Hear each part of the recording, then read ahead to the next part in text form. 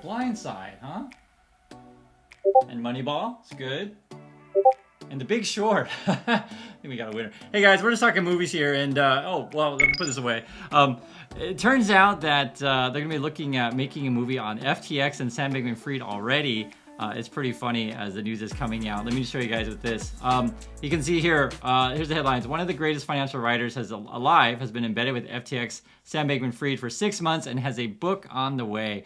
And if you guys are new to the channel, because we're getting a lot of new people coming in from FTX, you may or not know, I used to work in Hollywood. I was also a professor of film, and I write and direct and do all this fun stuff. And this is actually really cool for me to talk about because I am so jealous. I wish I could be writing and directing this one. And this movie is essentially going to be an A+. It'll probably come out, my guess would be 2 or 3 years from now, and I bet you it'll be a front runner for the Oscar. Mark my words. So also too, if you haven't been following the channel that long, please check out the other videos from about 4 months ago about FTX. I think you'll find them really interesting because they're going to be the parts of the information we talk about in these videos will most likely be in the book and the movie coming out. So the deal is basically, if you don't know, Michael Lewis, he's really good. He's probably one of the better nonfiction writers in terms of books.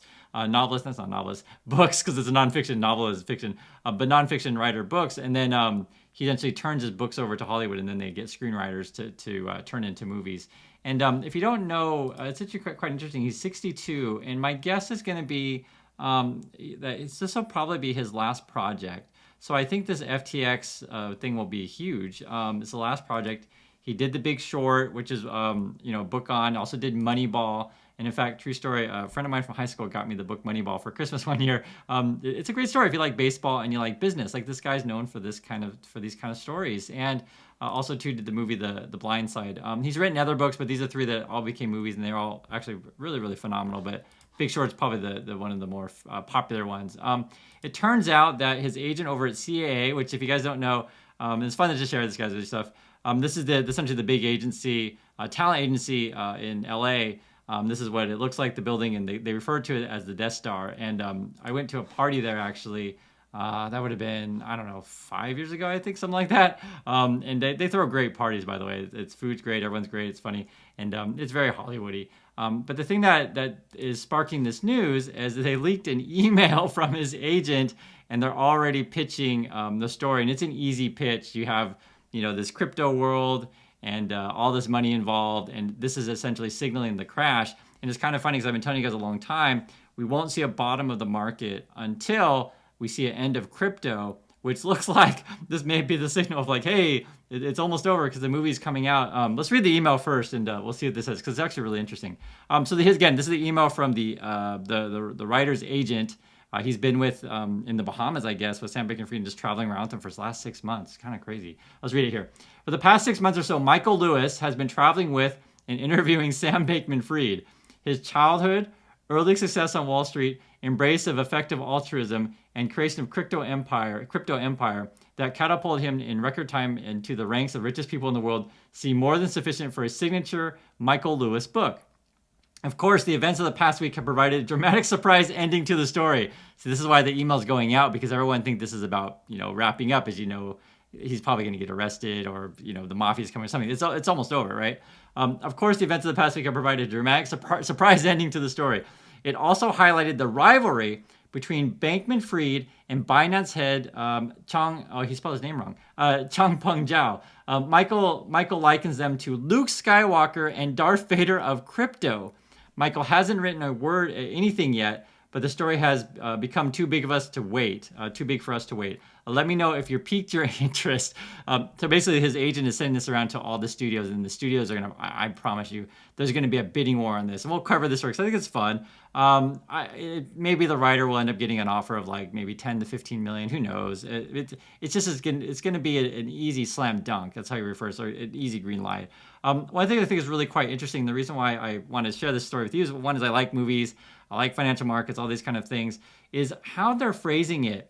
They say here, so Michael Lewis thinks the story between, or some people like to say, SBF and CZ, their names, Sam Bankman-Fried or Changpeng Zhao. Here they are two here. And Michael Lewis is saying one is Darth Vader and one is Luke Skywalker.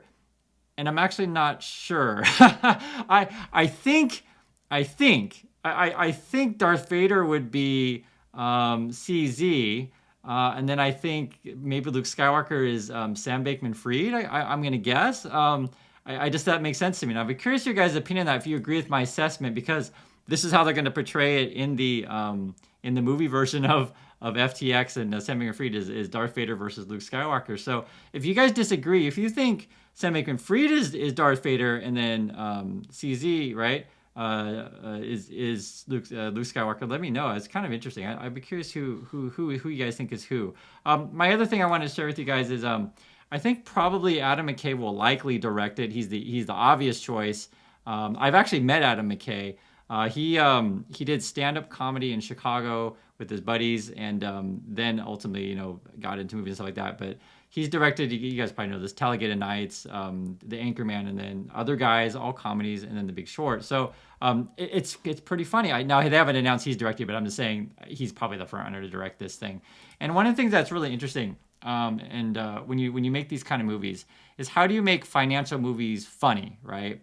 And they had a real big challenge when they wrote this movie, and actually McKay, the guy that showed you, the director. So basically, he adapted Mike Lewis's book with another writer. So there were two screenplay writers, and they had trouble like describing derivatives and options and stuff to people, like and CDOs and these kind of things. And what their solution is basically, well, let's just put Margot Robbie in a bathtub and have her explain it, and people will watch it because, whatever Margot Robbie says, I'll watch that in the bathtub, right?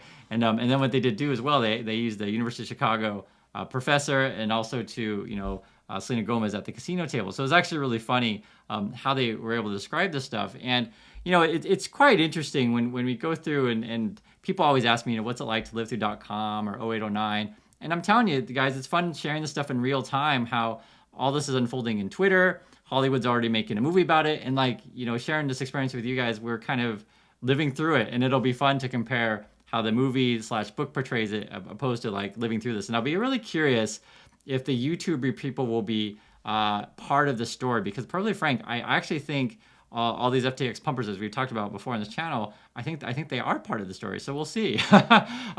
Also, too, in regards to how big this is it was interesting. I was reading this article here, and they were saying that Bank of America is basically talking about Bitcoin bubble and the crypto bubble as being one of the largest crashes in history of financial markets.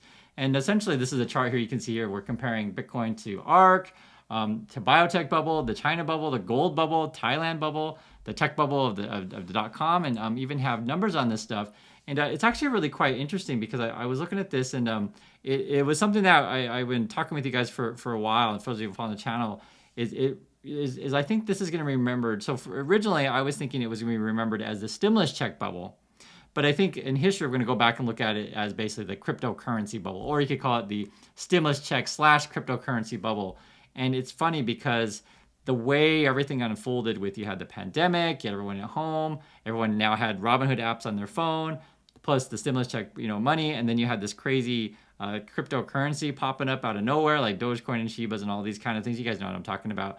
And this is going to be essentially the pinnacle of this era in the markets. And if you want to know, and this is something I've mentioned you guys on the channel several times, if you kind of want to know what's going on at FTX, literally right now, I would really recommend the movie Margin Call, because this is basically the final days of Lehman Brothers, which I think we're looking at right now with FTX. Essentially, what's going on is we all know it's coming to an end, right? There was this massive bubble, massive run up, money was just flying around, people got greedy, and now that it's over, people are like, okay, some people are going to be winners, some people are going to losers out of this, and everyone's just trying to grab as much cash as they can. And one of the things that's going on right now, which is kind of really scary for a lot of people, is unfortunately a lot of the retail is going to get shut out. Because basically what always ends up happening in these kind of situations is retail gets in last, right? The big money gets in first, essentially, and they carry less risk.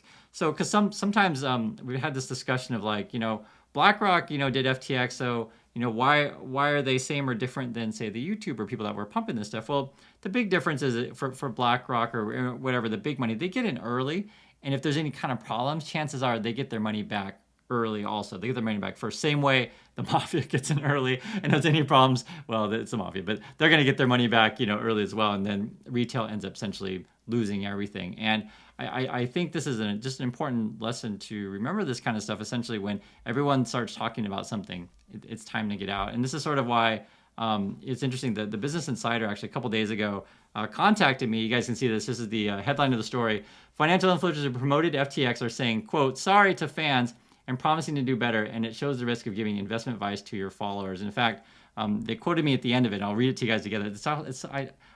I have to say, it's really funny to read my own self. Here we go. Chris Nolan, who runs a YouTube channel with 21,000 subscribers, and now I have a little more, so thank you guys, everyone, has several videos critiquing creators in the personal finance community for peddling crypto and NFTs. He told Insider that YouTubers need to remember how young and impressionable their audience can be. And this is a quote from me. Think about people you're hurting. He said, you want to play for the long game and you want to build relationships with people forever.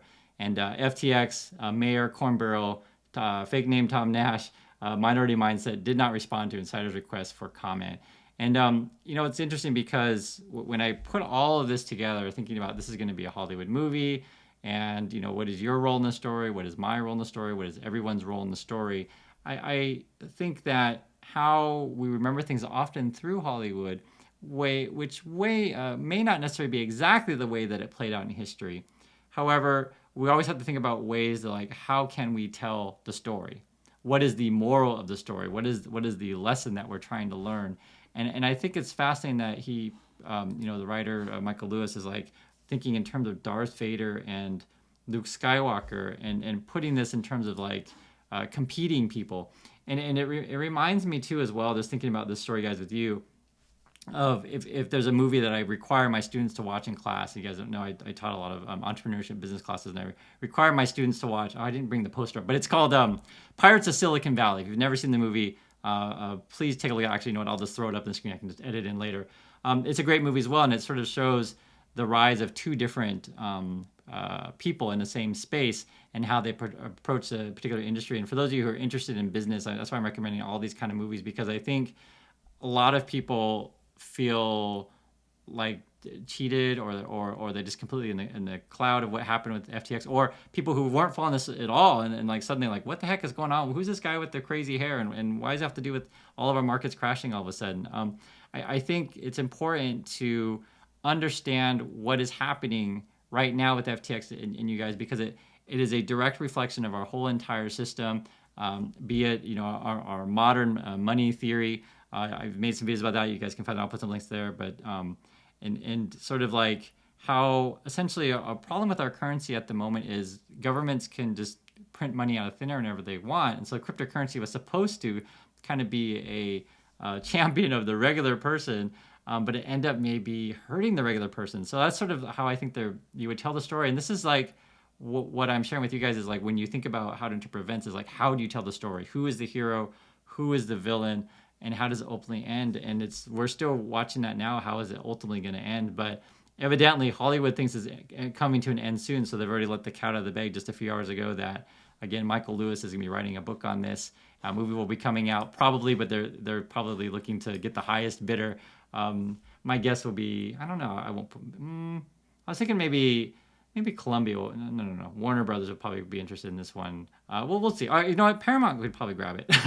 Okay, my early bet is on Paramount, and if you don't know, that was, that they just made Top Gun, and that was a big hit for them. And they're always looking for new properties, but I'd have to look at the studio that bought this original one. But you never know these days. All right, you know what? I take that back. Could be Netflix would be interested in this one. We'll see. So anyway, love to hear you guys' thoughts on this thing. And actually, too, would be funny too is who would you cast as Sam Bankman-Fried, and who would you cast as Changpeng Zhao? Love to hear you guys' thoughts on this, on your casting.